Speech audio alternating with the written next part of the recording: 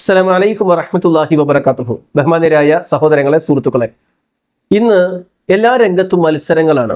രാഷ്ട്രീയം നോക്കിയാൽ, മതപരമായ രംഗത്ത് പോലും, അതേപോലെ തന്നെ ഏത് മേഖലയിലും മത്സരങ്ങൾ കാണാൻ കഴിയും.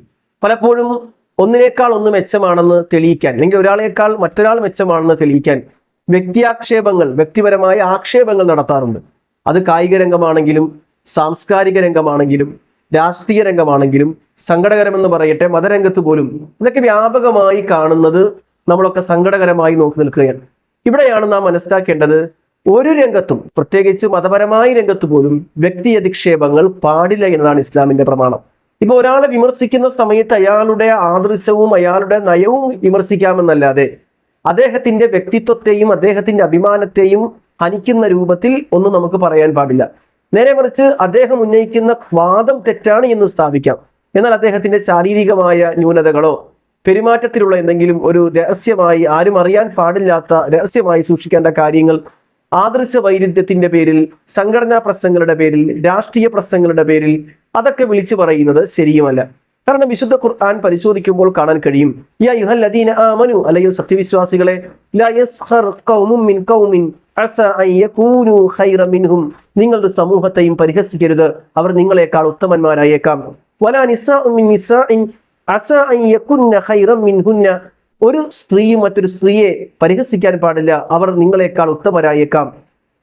പിന്നെ അല്ലാഹു സുബ്ഹാനഹു വ തആല പറയുകയാണ്, വലാ തൽമിസു അൻഫുസകും, നിങ്ങൾ കുത്തി പറയരുത്, വലാ തനാബസു ബിൽ അൽഖാബ്, ഇരട്ടപ്പേരുകൾ, അപരനാമങ്ങൾ, ഇരട്ടപ്പേരുകൾ വിളിച്ച് നിങ്ങൾ പരിഹസിക്കരുത്. ബിഅസൽ ഇസ്മുൽ ഫുസൂഖു ബഅദൽ ഈമാൻ, വിശ്വാസം സ്വീകരിച്ച ശേഷം ഇതുപോലെയുള്ള നാമങ്ങൾ പറയുന്നത് എത്ര അധർമ്മകരമാണ്.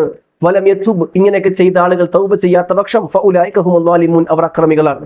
ഈ ആയത്തിനെ വിശദീകരിച്ചുകൊണ്ട് വളരെ കൃത്യമായി പണ്ഡിതന്മാർ പറയുന്നത്, വ്യക്തിയാക്ഷേപം ഈ ആയത്തുകളും ഹദീസുകളുടെയും അടിസ്ഥാനത്തിൽ ഏത് മേഖലയാണെങ്കിലും, അത് രാഷ്ട്രീയമാവട്ടെ, സാംസ്കാരികമാവട്ടെ, മതമാവട്ടെ, കായികമാവട്ടെ, ഏത് മേഖലയാണെങ്കിലും ഒരാളെ സംബന്ധിച്ചിടത്തോളം വ്യക്തിപരമായ ന്യൂനതകൾ വിളിച്ച് പറയൽ, വ്യക്തിപരമായി ആക്ഷേപിക്കൽ, അത് ഹറാമാണ് എന്ന് തന്നെ നമുക്ക് കാണാൻ കഴിയും. ആക്ഷേപങ്ങളുടെ കാഠിന്യം അനുസരിച്ചുകൊണ്ട് തന്നെ ആ ഹറാമിന്റെ വിധിയിൽ വ്യത്യാസം വരുന്നതുമാണ്. കാരണം വ്യഭിചാരാരോപണം നടത്തിയാൽ അതിന് വേറൊരു വിധിയാണ്.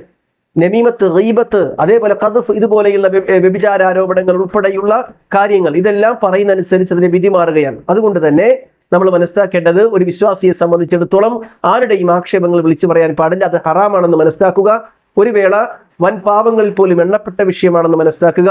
അതേപോലെ തന്നെ അല്ലാഹുവിന്റെ റസൂൽ പറഞ്ഞു, റസൂലുള്ളാഹി സ്വല്ലല്ലാഹു അലൈഹി വസല്ലം, അല്ലാഹുവിന്റെ റസൂൽ പറയുകയാണ്, കുല്ലുൽ മുസ്ലിമി അലൽ മുസ്ലിമി ഹറാമുൻ ദമുഹു വമാലുഹു വഇർളുഹു, ഒരു മുസ്ലിമിന് മറ്റൊരു മുസ്ലിമിന്റെ മേൽ അവന്റെ അഭിമാനവും അവന്റെ രക്തവും അവന്റെ സമ്പത്തും ഹറാമാണ്. അതുകൊണ്ട് വ്യക്തിയാക്ഷേപം അത് നടത്തരുത്, അതൊരു മേഖലയിലും പാടില്ല എന്ന് മനസ്സിലാക്കുക. അല്ലാഹു അനുഗ്രഹിക്കട്ടെ. അസ്സലാമു അലൈക്കും വറഹ്മത്തുള്ളാഹി വബറകാതുഹു.